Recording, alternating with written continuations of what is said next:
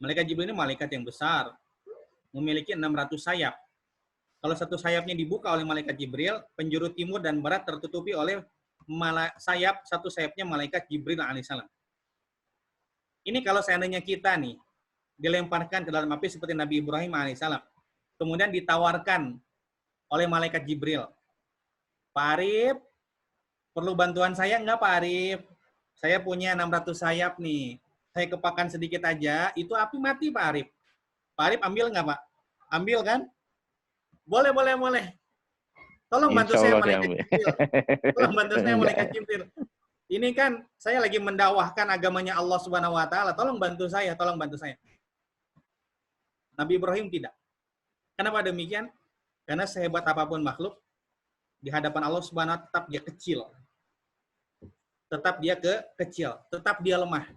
Kalau Allah Subhanahu wa taala cabut kekuatan malaikat Jibril, selesai masalah.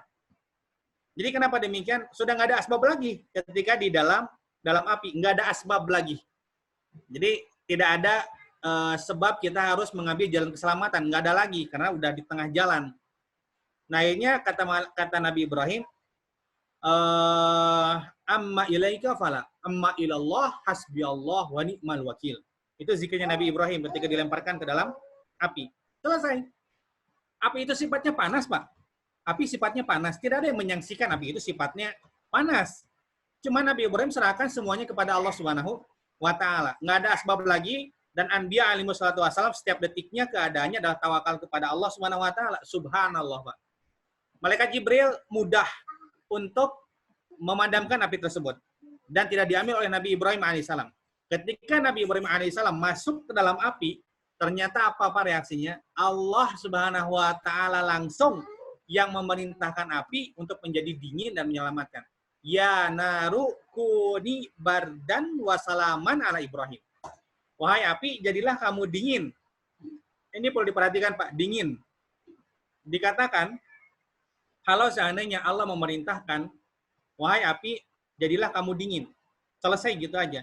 Maka Nabi Ibrahim juga akan tetap mati. Mati kenapa? Mati kedinginan. Tapi kalau seandainya Allah tidak memerintahkan Nabi jadi dingin, Nabi Ibrahim juga mati. Kenapa? Mati kepanasan, terbakar.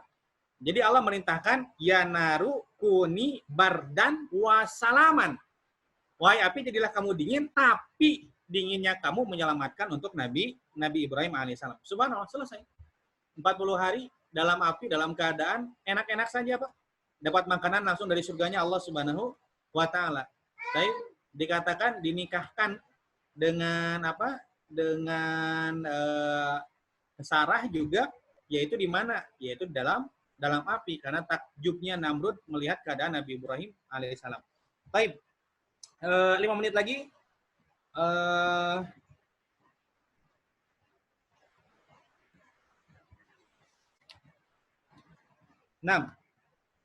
Kisahnya, Pak. Sekarang kisah yang lain. Kisah Ummu Ismail wa uluwi tawakkuliha. Sekarang kisahnya ibunya Nabi Ismail. Dan bagaimana sangat tingginya ketawakalan ibunya Nabi Ismail, yaitu istrinya Nabi Ibrahim alaihissalam. Perkataannya apa? Idzan la yudayyi'uha. Idzan la yudayyi'una. Kalau begitu Allah tidak akan menyia-nyiakan kami. Ceritanya dalam Sahih Bukhari.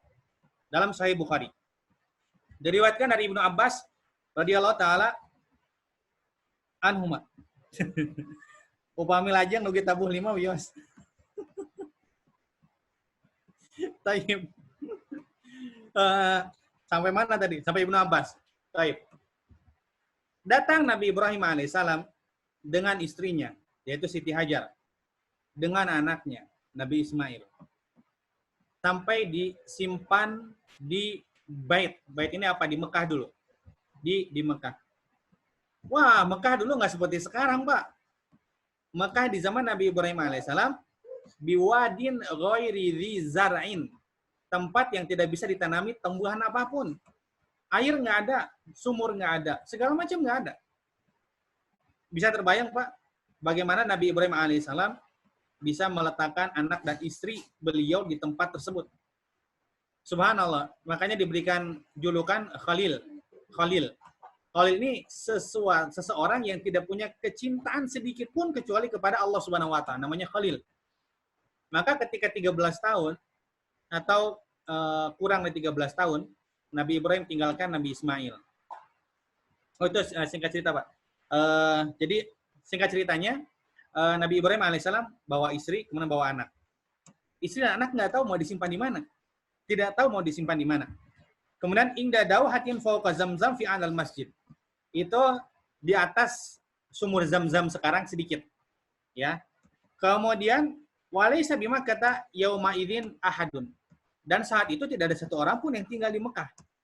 Tidak ada satu orang pun yang tinggal di Mekah. Walaysa biha ma'un, dan tidak ada satu pun sumber air di Mekah.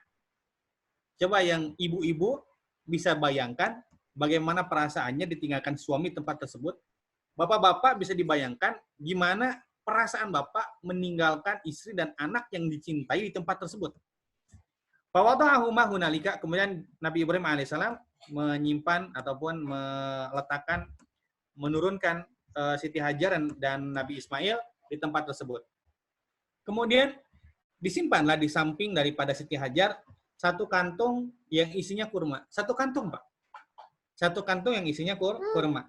Dan satu kantung lagi isinya air untuk minum. Karena tidak ada sumber air dan tidak ada sumber makanan di tempat tersebut.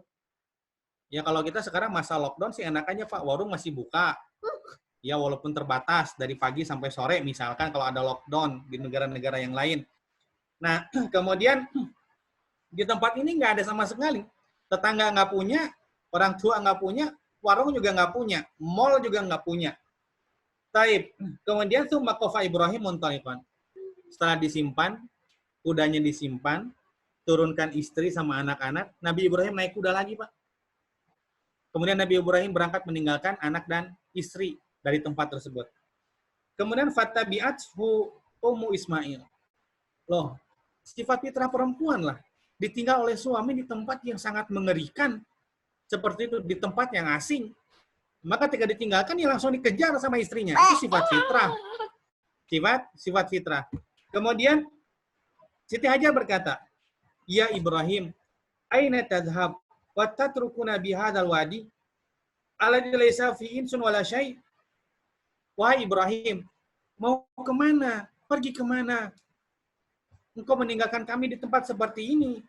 Tidak ada orang dan tidak ada satu makanan pun di tempat ini. Nabi Ibrahim nggak mau jawab. Karena kalau jawab ini perintah Allah Subhanahu wa taala, hati juga sedih. Menjawab perkataan ini perintah Allah Subhanahu wa taala. Tapi kalau mau bicara Nabi Ibrahim sedih. Ditanya lagi, ya Ibrahim, aina tadhhab? Mau kemana? Mau kemana? Tinggalkan kami di sini, mau kemana? 3 kali. Nabi Ibrahim nggak jawab. Akhirnya istri yang solehah.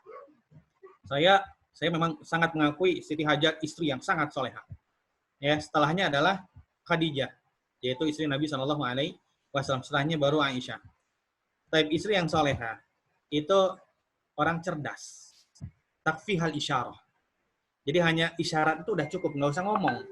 Hanya isyarat udah cukup. Maka ketika 3 kali nggak dijawab-jawab, maka Siti Hajar paham. Maka tanya lagi, Allah amaraka bihada? Wahai Ibrahim, apakah ini perintah Allah? Maka Nabi Ibrahim memberikan isyarat, na'am.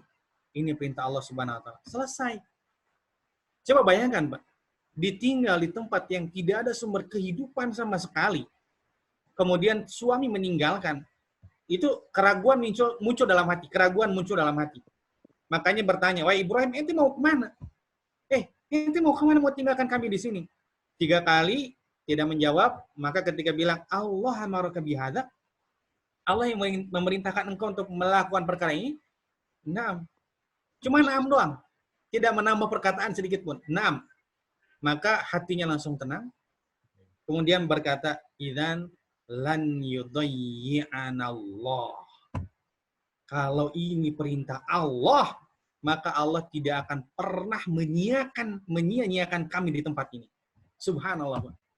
Rasa tenang dan bersandarnya hanya kepada siapa, Pak? Kepada Allah Subhanahu wa taala. Tenang di tempat yang sumber kebinasaan, Pak. Sumber kebinasaan. Nggak tahu nih malam-malam apakah ada serigala atau tidak, ada binatang buas atau tidak, nggak tahu 3 hari ke depan nanti mereka mati atau tidak, gitu kan? Ini sumber kebinasaan. Tapi kalau sudah disandarkan kepada Allah Subhanahu wa taala, hatinya tenang. Kalau ini perintah Allah, maka Allah tidak akan sia-siakan kita. Jadi kunci keberhasilan hidup kita dunia dan akhirat ini taat kepada Allah aja, selesai. Taat kepada Allah Subhanahu wa taala, selesai. Dan hati akan tenang. Ya. Jadi, ketika itu apa yang Allah Subhanahu wa taala berikan kepada Nabi Ibrahim alaihissalam, kepada Siti Hajar dan kepada Nabi Ismail alaihissalam, maka ketika Nabi Ismail kekurangan makan, air susu nggak ada karena kurma sudah habis, air sudah habis. Maka Siti Hajar berlari dari Safa dan Marwah. Berlari-berlari, berharap ada pebilah-pebilah yang datang melewati tempat tersebut, tapi tidak ada. Hanya karena usaha tersebut, maka malaikat Jibril alaihissalam diperintahkan oleh Allah Subhanahu wa taala untuk memukulkan sayapnya di arah kaki Nabi Ismail. Hanya keluarlah air Zam-Zam. Zam-Zam ini bahasa Suryani atau bahasa Ibronia. Airnya keluar, bahasa Ibronia itu kumpul. Jadi kan airnya keluar terus. Nah, ini dikumpulin, kumpul. Namanya Zam-Zam. Nah, diberikanlah nama air Zam-Zam. Nah, ini seperti sumur Zam-Zam. Kalau seandainya Siti Hajar itu tidak mengumpulkan sehingga menjadi sumur di tempat tersebut, maka air Zam-Zam akan menjadi sungai yang sampai sekarang terlihat mengalir. Ya, tapi karena dikumpulkan demikian maka tidak. Jadi faedahnya apa, Pak?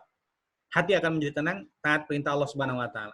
Kalau seandainya Nabi Ibrahim alaihissalam tinggalkan Siti Hajar, tinggalkan Nabi Ismail di tempat tersebut. Kemudian karena perintah Allah Subhanahu wa taala, suami taat perintah Allah, istri juga taat perintah Allah Subhanahu wa taala, anak taat perintah Allah Subhanahu wa taala. Setelah sekian hari, misal meninggal dunia. Kira-kira keluarga ini sukses atau tidak, Pak? Sukses atau tidak, Pak? Sukses, Pak. Kenapa sukses? Karena mereka melaksanakan perintah Allah Subhanahu wa taala. Nah, tapi Allah Subhanahu wa taala janjikan pertolongan Allah di balik ketaatan kepada Allah. Tapi itu bukan patokan. Kalau seandainya demikian, Nabi Zakaria nggak mungkin dibunuh. Nabi Zakaria dibunuh, Pak. Nabi Zakaria bersembunyi di pohon, kemudian digergaji. Nabi Yahya dipenggal, Pak. Nabi Yahya dipenggal. Nah, jadi yang penting keyakinan mereka para anbiya alaihi wassalatu wassalam, yang penting kita taat kepada Allah Subhanahu wa taala, sukses, hati jadi tenang. Apapun yang terjadi kepada kita itu sudah takdir Allah Subhanahu wa taala. Nah, jadi memang benar. Jadi bisa jadi penyebab imun kita menurun adalah karena ketakutan yang berlebihan kepada selain Allah Subhanahu wa taala. Jadi kita banyak-banyak baca Quran, ya, kita banyak-banyak baca hadis-hadis Nabi Shallallahu alaihi wasallam, kita banyak baca-baca tentang sifat-sifat Allah Subhanahu wa taala, sehingga ketika walaupun kita banyak baca ataupun kabar gembira, kabar tentang jumlah kematian belum berapa, Pak, kalau dibandingkan tahun-tahun zaman dahulu. Ya. Jadi masih belum berapa dibandingkan tahun-tahun zaman dahulu. Tapi orang terdahulu biasa saja.